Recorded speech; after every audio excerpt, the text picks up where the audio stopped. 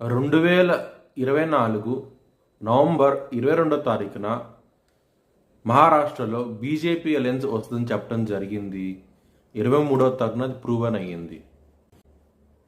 2022 జార్ఖండ్ ఎలక్షన్స్లో కాంగ్రెస్ గవర్నమెంట్ వస్తుందని చెప్పడం జరిగింది. 22వ తారీఖున 23వ తారీఖున అది ప్రూవన్ అయ్యింది. ఈ వీడియో నేను చేసి యూట్యూబ్ ఛానల్లో పెట్టాను. ఆ వీడియో కింద డిస్క్రిప్షన్లో ఇచ్చాను. ఇది నిజమా కాదా అనుకుంటే కనుక మీరు ఆ వీడియో లింక్ డిస్క్రిప్షన్లో ఇవ్వడం జరుగుతోంది. ఆ వీడియో లింక్ ఓపెన్ చేసి చూడండి. ధనస్సు రాశికి అధిపతి గురువు. ధనస్సు రాశిలో ఉత్తరాషాఢ 1వ పాదం, పూర్వాషాఢ 4 పాదాలు, మూల 4 పాదాలు ఉంటాయి. ఈ నక్షత్రం వాళ్ళందరికీను నేను చెప్పే మాస ఫలితాలు వర్తిస్తాయి. ఈ మాసంలో లగ్నాధిపతి అయిన గురువు 6వ స్థానంలో వక్రించి ఉన్నారు. కోర్టు కేసులు ఉంటాయి కనుక అవి మీకు పాజిటివ్ వేగా వచ్చే అవకాశాలు ఎక్కువగా ఉన్నాయి. ఈ మాసంలో చాలా ఆనందంగా ఉంటారు. సప్తమ స్థానం అధిపతి అయిన బుధుడు వృశ్చిక రాశిలో ఉన్నారు.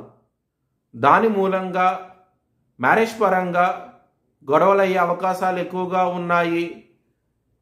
మ్యారేజ్ అవన వాళ్ళకి దగ్గర దాకా సంబంధాలు వచ్చి వెనక్కి వెళ్ళిపోవడం కూడా జరుగుతుంది. పంచమాధిపతి అయిన కుజుడు కర్కాట రాశిలో నీచబడ్డారు. లవ్ ప్రపోజ్ చేయకండి, రిజెక్ట్ చేసే అవకాశాలు ఎక్కువగా ఉన్నాయి. బ్రేకప్ అయ్యే అవకాశాలు ఎక్కువగా ఉన్నాయి. హనుమాన్ చాలీసా పారాయణం చేయండి, మంచి ఫలితాలంటూ ఉంటాయి. అష్టమంలో కుజుడున్నారు. హెల్త్ పరంగా కొంచెం జాగ్రత్త అంటూ ఎక్కువ తీసుకోండి.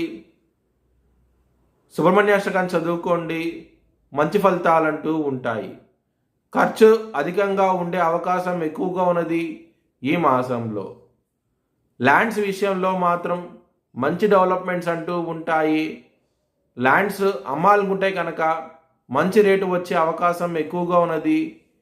ఈ మాసంలో చాలా ఆనందంగా ఉంటారు. కెరియర్ పరంగా మాత్రం విదేశాలు వెళ్ళాలనుకుంటే కనుక చాలా అనుకూలంగా ఉండబోతోంది ఈ మాసం అనేది. బిజినెస్ పరంగా పెట్టుబడి అనేది తగ్గించి పెట్టుకోండి, ఇబ్బంది పడే అవకాశాలు చాలా ఎక్కువగా ఉన్నాయి. మీ భవిష్యత్ వివరాల కోసమై హెచ్ఎల్ఎన్ జ్యోతిష్యాలయాన్ని సంప్రదించండి.